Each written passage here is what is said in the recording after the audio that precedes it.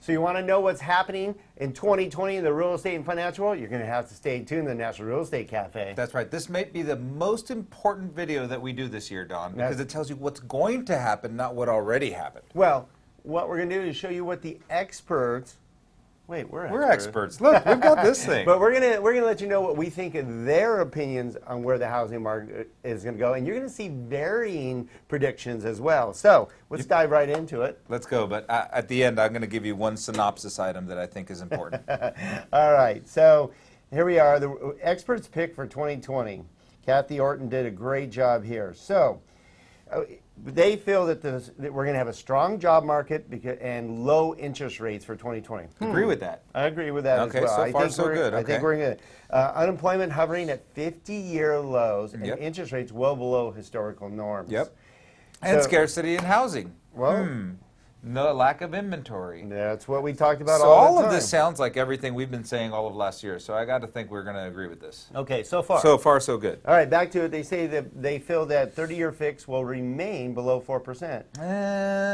They have for 32 weeks now. Oh, good for those 32 weeks, but I don't think it'll stay there all year. There's going to be times where we creep into the fours for sure. Okay, so I think we're going to stay pretty low because especially if the economy slows down at all. By the way, 4.25 or 4.5 wouldn't be all that bad anyway. Exactly. We were at, just so you know, remember at this time last year we were in the 5s. That's right. So if you're not taking advantage of where the rates are now, you're crazy. And all of you that said, oh, I'm just going to sit on the fence because prices are going down, oh, you lost tens of thousands of dollars in equity. That's right. Yep. Besides your write-off. All right, so GDP growth, they feel it's going to slow down a little bit. Of course, we have all these trade wars. That's going to be a deciding factor, and I have to agree with that. Yeah, but now is GDP all that necessarily going to be the #1 thing that dictates whether housing does well or not? No. So I don't think it's that critical. Actually, jobs is more important. I agree. Jobs is more important. But what's funny is housing is going to be a direct input on how the GDP does. That's true. And we feel that the housing market is going to be very strong in 2020. Very in fact, strong. remember last year we had a very slow start to 2019. We're crushing 2020 already. I was just at a major real estate office in California. Their sales in December up 33%. Nice. And in January it looks like it's going to be up 46%. That's huge. Nice. Now, these guys are rock stars, too. Yeah. So, look, it's going well. We're off to a great start, and I think that housing is going to be better off than we think. I agree. Well, right here, they say new homes sales are expected to rise to 750,000, means nothing, but 11% increase. That's new home sales. That's gonna crazy. Be more Are they inventory. reading my mind? I was just going to say that it's the new homes that are going to be the most important because those are the ones that are going to move the GDP because those are the ones that take a bunch of people to build a house. Right. So supposedly we're getting more inventory. We've been seeing it. It's almost here, even in our area. We've been waiting and waiting. It's almost here. Yeah, with 27,000 homes being built in the Santa Clarita area in California. Holy cow. Yep. All right, so that's good news. A lot of inventory coming. That's going to help us.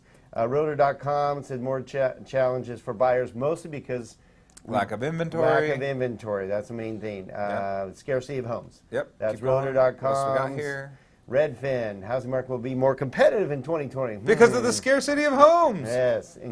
Competition will increase with 1 out of 4 offers facing bidding wars. Okay, quick time out there. Yes. Yeah. Okay. If you want to win the bidding war, use a local realtor and a local lender. Doesn't have to be us.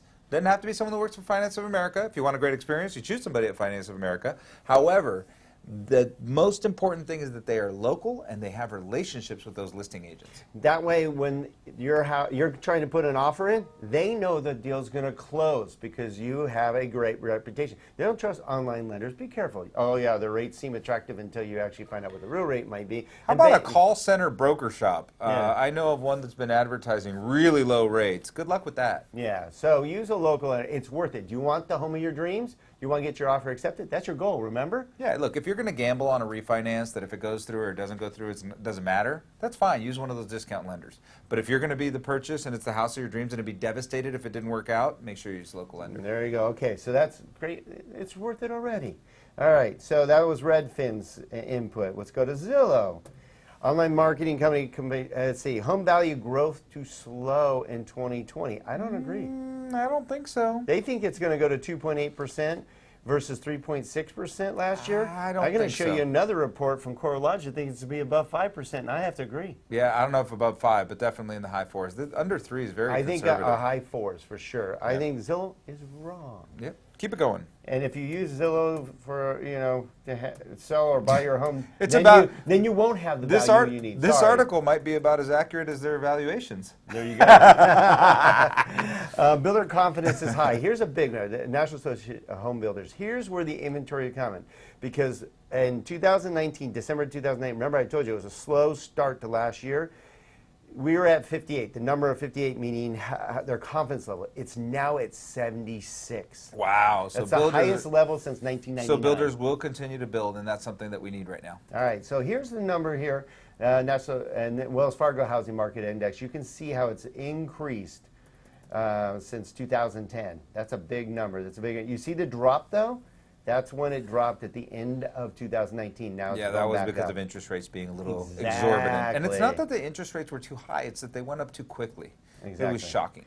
Here's the interesting factor: why we're low on inventory. Oh my God. Look at that. chart. So here's an interesting fact. Look at that. 1960s, 48,000 housing starts. 70s, 15. And we're talking baby boomers, obviously. But look at that. Always over 40,000. And then Yeah, it but wait, that dropped. makes no sense, Don. The millennials are a larger generation than the baby boomers. Should we be building more homes? They will. They're going to have to, aren't they? And that's what you're going to see. You're going to see housing starts pick up in 2010, very low because we were in the Great Recession. Wow, So that's you're pretty gonna bad. start- yeah, I mean, here, look at these. Here's the chart. Oh, these are Boing. population adjusted. Yeah. So that's cool. Even population adjusted, you can see that we have a problem. Yeah. So you expect more Expect home government building. stimulus in that regard as well. I mean, we're seeing it right now with the government, at least locally, reducing building codes to allow for more density, reducing building codes to allow for ADUs. So you're going to see government incentives for builders to build more because it was really difficult too, environmental and the Title 24 and a million other things. All right, so here's a Mortgage Bankers Association. It says purchase applications will be up slightly. Agree. Sure. I think it's going to be a great purchase year, especially Yep. with rates being lower than they were last year.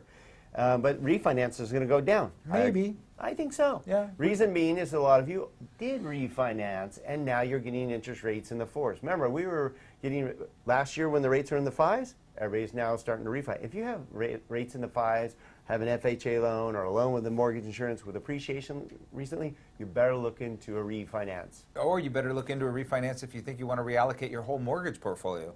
So if you have a bunch of investment properties, we're reallocating ours right now. All of it. And what I mean by reallocating, if you use a professional lender, what they'll do is they'll take equity from one and put it in the other, and they'll balance out all of your mortgages so that you have the lowest loan to value possible. With a very low loan to value, you're going to get a better rate, and then you have to do the average of all your interest cost for all your properties to see if you could lower the total cost of interest paid over the duration of all the loans for your mortgage portfolio. See, that's the difference of using a professional versus an online lender that just goes, here's a rate. Oh, it might not do you any good. Yep. For example, if you're refinancing, you should look into your debt consolidation. Where is your debt? What are you paying on your debt? Can you increase your cash flow? Believe it or not, you can take money out of your home, pay off your debts, and put more money towards your home and pay it off even faster. Yeah, or what about your kids' college? Have you borrowed money or have you put away enough for kids' college? Most of us haven't. Well, right now, I can't think of a better time to borrow money at 3 point something or 4 point something instead of borrowing in a few years when they're actually in college at 6 point something or 8 point something. So take advantage of free money today. Agree. Bankrate.com. We're just going down the list. They feel that rates will hold right around the 4% range. I agree. I like that Yep. rate. They basically said a lot of homeowners are sitting on $6.2 trillion of untapped home equity. It's probably the highest number ever, Don. So again, if you have any debt, you might want to look into utilizing your equity potentially, or using the equity to buy more investment properties or college funds, like Gina said. So make sure you're looking into your options. Pay for off that. base loans, too. Get rid of those junky things. All right, that's basically our update for 2020. We think it's going to be a banner year, right, Gino? Yep, absolutely. Think rates are going to stay down. Yep. Jobs are going to stay And good. If you want, it's time to either buy your first home. If you aren't, you're crazy, especially you millennials are finally jumping in. Yep. Best time ever. And Down believe payment it, assistance programs are yeah, abundant. You can get in with 3% down, 0 down possibly. There's people getting in with just a zero few $1,000s, Don. Yeah, there's so many options for you. Don't need 20% down. You don't need a 760 FICO score.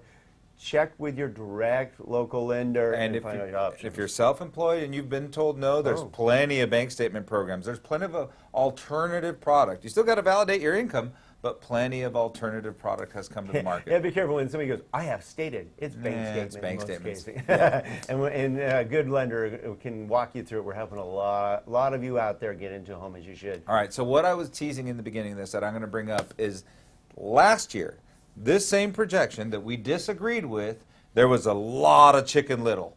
There Yes. was a lot of the sky is falling. There was a lot of the real estate market has gone bust, and it's going to be the worst bust ever.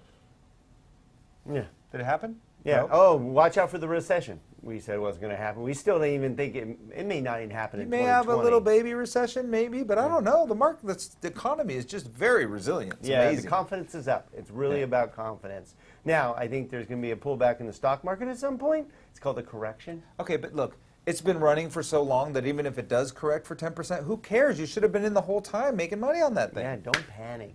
All right, so if you always want to be in the know, from Don Gatling and Gino Fronti of the National Real Estate Cafe, you get these sent right to your phone by texting NREC to the number 58885. Or to see everything we do, the catalog of everything that we've done. So you could look back at last year's projection, and you could do that by going to donandgino.com. All right, and check out our YouTube channel. Subscribe to it. Get these sent to you regularly. This is good info. Share with your friends. Share with your clients. Thanks for joining us on this long segment, but hopefully it was valuable for you.